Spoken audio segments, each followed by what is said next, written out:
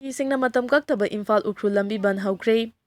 Khanui thot khona Kuki sing sangkai khul thadolaga chatkinaba khangankhre Kuki amasung tangkul furuf anigi marakta hauji akanba mongda umkhatna ringai cherakta haukiba tang taraga mathoida khulai paiba singna thawai Kuki village tagi faduna pukhiba Kuki khunja thengkhogin baite amasung thangbongmang khongsai mi hata chenaba sing matik chaba dandi pigadabani haiba yauna tongan ba diman kaya taladuna matam kaktaba Imphal Ukhru lambi ban haukhre amaromda Ukhrul amasung Kamjong district nauna oiragliba fiba masiga mari leinana hani thot khona Ukhrul district ki manung chaliba sangai kot Kuki village ki Kuki khunja sing khudakta mafam adu thadok tuna chatkinaba ultimatum pikre Kuki CSO Working Committee Ukhrul na thadorok pacherol amagi matungina Kuki khunja ani faraga hatkibada chenaba sing masak khangdriba fawba amasung sibagi dandi pidriba fawba asiba hakchang claim tawroi Kuki community singna Ukhrul police ta thajaba leite maram aduna case asi Saikul Kangpopi police ta register tawduna investigation chathagadabani loinana investigation asi NIA da sinagadabani thawai Kuki village ta pungkun mari gi manungda Assam Rifles natraga Indian Army ki battalion ama thamgadabani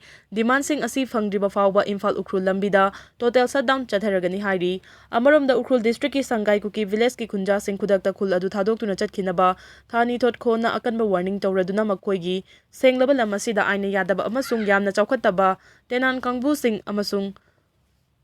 asi makhatana leifam piroi karigumba Kuki Singna khul asi thadok tuna chattaba tarabadi Naga territory asidagi makhoibu khudakta lauthokhinaba mathau taba thabak sing paikhalagani maduda thoklakpa afafatagi daita pumba makhoi masana pugadabani hairi Laikhidraba Kuki anida ex gracia piba amasung NIA na thijil hanbangi firef handokadabani IPFM Tha asigi taraga mathoida Kamjong district ki thawai Kuki khulgi khunja ani sakhangdaba singna faduna pukraba matung sina phangkhiba thogdo aduga mari leinana thogdo adugi matangda chapchaba praman natraga police report phangringai gi mamangda chief minister Waikhem chana laikhidraba singi imung manungda ex gracia pigani amasung thogdo adu NIA da sinaduna thigar hangani haiba firef adu withdraw tawgadabani haina Indigenous Peoples Forum Manipur na thadorokpa cherol amana hairi cherol asina makhata na hairibadi chief minister gi maikaidigi civilian area da afaba makhal gi khusu khulai paiduna chaliba illegal immigrants singi mathakta chapchaba action laukhutgadabani Kuki militant ani halamkhiba dugi matangda chapchaba praman natraga police report phangringai gi mamangda chief minister gi maikaidigi ex gracia pigani haina lauthokhiba asi yamna premature oiba amasung wahang hangningai oiba amani maram aduna chief minister na lauthokhiba firef adu withdraw tawgadabani Sangkai Kuki village ta Assam Rifles amasung security force leina Kuki militant singna tangkhul khunja sing faduna pukhiba dugi matangda su nungnangba wafam kaya thamladuna security force sing asi Kuki militant singa chatminnare Kuki militant singna chathariba thawong sing asi yaba ngamloi karigumba wafam asi thabakta onthokta tarabadi Indigenous Peoples Forum Manipur ki pautang matungina chief minister gi liching makhada hojik leiriba BJP government asida kari tawgadagi haibadu khanaragani hairi maraksida Ukhrul muibana NH 202 da hojik thokliba wathok maru oina Mongko Chepu amasung Sangkai area da hojik leiriba tension asi yenglaga parikya thaba chatkadoriba mahiroi sing layeng chatkadoriba patient sing yauna atai tangai fadaba kaya asi yenglaga Imphal Ukhrul amasung Imphal Kamjong asi nungti numit khudingi emergency chopper service lehenbiu haina transport director da aiba cherol pisinkhre petrol pump da bom thamjillamle ngarang numidang pung 8 ga minute 15 taba matamda Imphal West district ki Singjamai police station gi manung chanba Singjamai mayengbam leikai da leiba BPCI petrol pump ta KGPPWG na hand grenade ama thamjillamle petrol pump asigi mapuna sarungbam Premchandra humpuga mathoi apokpa biari kawi bom aduna last warning KGPPWG haina thaba aiba cherol amasu nallaga thamlamki bom leire haibagi pau police na phangbaga police ki ahenba team sing mafam aduda laklaga soyangam yaudana bom adu lokhatkhre hairi India gi state sing da PMGSY gi phase 1 ka khrabasu state ki oina lupa crore chamriga kunthraga mapan gi ayaba pirakle chief minister ngasi chathakhiba taragini thoi suba Manipur Legislative Assembly gi taret suba session gi ayuki mifam da demand number kun community amadi rural development gi apun masem pham lupa crore 1403936400 gi demand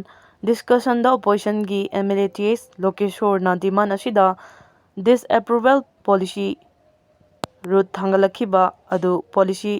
kat adubu handokpinaba house ta handokpinaba department asigi council minister ki charge puriba chief minister Waikhem chana haikibada lambi thong sembaga mari leinariba flagship program ama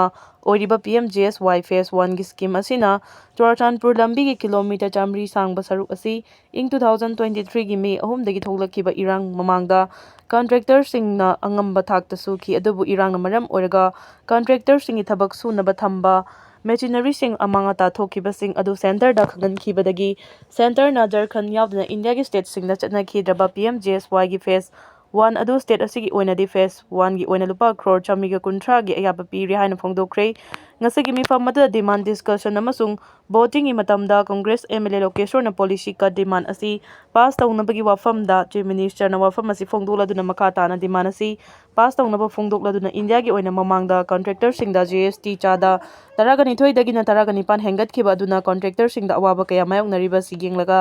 ꯆꯥꯗ 6ꯀꯤ GST ꯍꯦꯟꯒꯠꯈꯤꯕ ꯑꯗꯨ ꯍꯦꯟꯒꯠꯂꯔꯣꯏ ꯍꯥꯏꯅ ꯐꯣꯡꯗꯣꯛꯈꯤ꯫ Congress MLA ꯀꯦ ꯔꯟꯖꯤꯅ ꯗꯤꯃꯥꯟ number 6 transport ꯗꯤꯄꯥꯔꯠꯃꯦꯟꯠꯀꯤ demand policy ꯀꯠ ꯑꯃꯗꯤ ꯗꯤꯁꯑꯦꯄ꯭ꯔꯨꯚꯦꯜ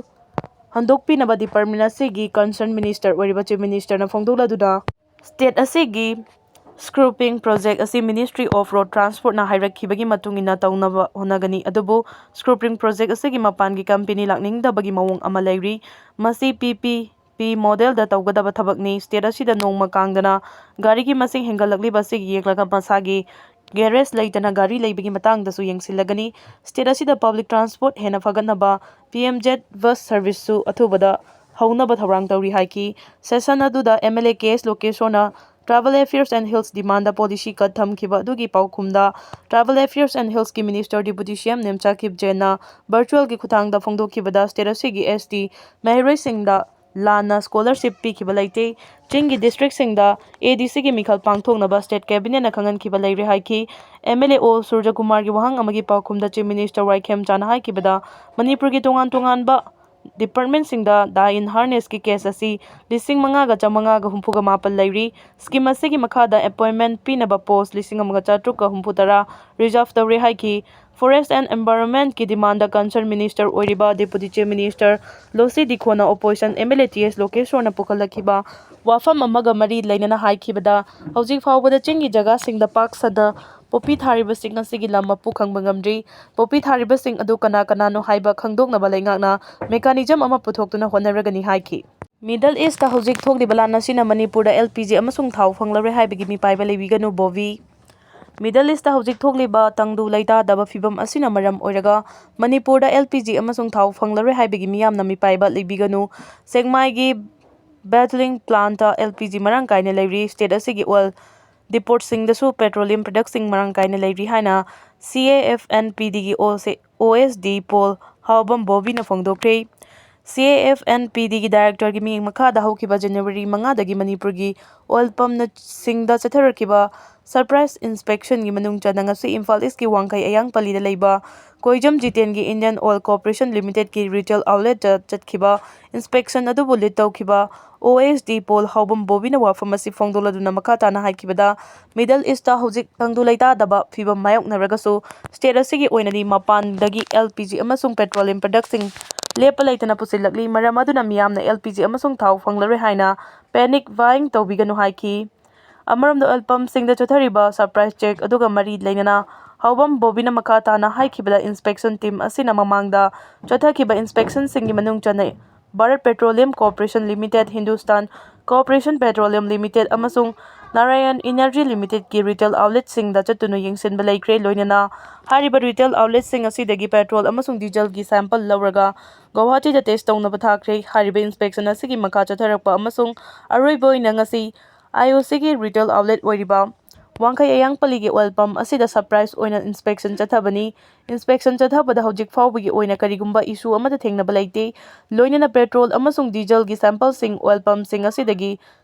collect ꯇꯧꯔꯒ IOCLꯒꯤ test ꯂꯦꯕꯦꯜ coordinator RK ꯃꯣꯍꯦꯟꯗ ꯈꯨꯠꯁꯤꯟꯅꯗꯨꯅ test ꯇꯧꯅꯕ ꯒꯧꯍꯥꯇꯤꯗ sample ꯊꯥꯔꯒꯅꯤ꯫ ꯍꯥꯏꯔꯤꯕ ꯁꯦꯝꯄꯜꯁꯤꯡ ꯑꯁꯤꯒꯤ ꯇꯦꯁꯇꯤꯡ ꯂꯣꯏꯔꯕ ꯃꯇꯨꯡꯗ ꯂꯥꯛꯄ ꯔꯤꯄꯣꯔꯠꯀꯤ ꯃꯇꯨꯡꯏꯟꯅ ꯀꯔꯤꯒꯨꯝꯕ ꯄꯦꯇ꯭ꯔꯣꯜ ꯄꯝꯞꯁꯤꯡꯗ ꯌꯣꯜꯂꯤꯕ ꯊꯥꯎꯁꯤꯡꯗ ꯄꯣꯠꯌꯥꯟ ꯌꯥꯎꯔꯝꯕ ꯊꯦꯡꯅꯔꯕꯗꯤ CAFNPD ꯃꯅꯤꯄꯨꯔꯅ ꯆꯦꯟꯅꯔꯤꯕ ꯄꯝꯞꯁꯤꯡ ꯑꯗꯨꯒꯤ ꯃꯊꯛꯇ ꯃꯇꯤꯛ ꯆꯥꯕ ꯑꯦꯛꯁꯟ ꯂꯧꯈꯠꯀꯅꯤ꯫ ꯃꯃꯥꯡꯗꯁꯨ HPCL, BCL ꯑꯃꯁꯨꯡ ꯅꯥꯔꯥꯌꯟ ꯏꯅꯔꯖꯤ ꯂꯤꯃꯤꯇꯦꯗꯀꯤ ꯔꯤꯇꯦꯜ ꯑꯥꯎꯠꯂꯦꯠꯁꯤꯡꯒꯤ ꯁꯦꯝꯄꯜꯁꯤꯡ ꯀꯂꯦꯛꯁꯟ ꯇꯧꯔꯒ ꯒꯧꯍꯥꯇꯤꯗ ꯊꯥꯈ꯭ꯔꯦ ꯑꯗꯨꯕꯨ ꯃꯗꯨꯒꯤ ꯔꯤꯖꯜꯠ ꯂꯥꯛꯇ꯭ꯔꯤ꯫ ꯉꯁꯤꯒꯤ ꯑꯁꯤꯅ IOCLꯒꯤ ꯑꯣꯏꯅ ꯁꯦꯝꯄꯜ ꯀꯂꯦꯛꯁꯟ ꯇꯧꯕꯅꯤ ꯍꯥꯏꯈꯤ꯫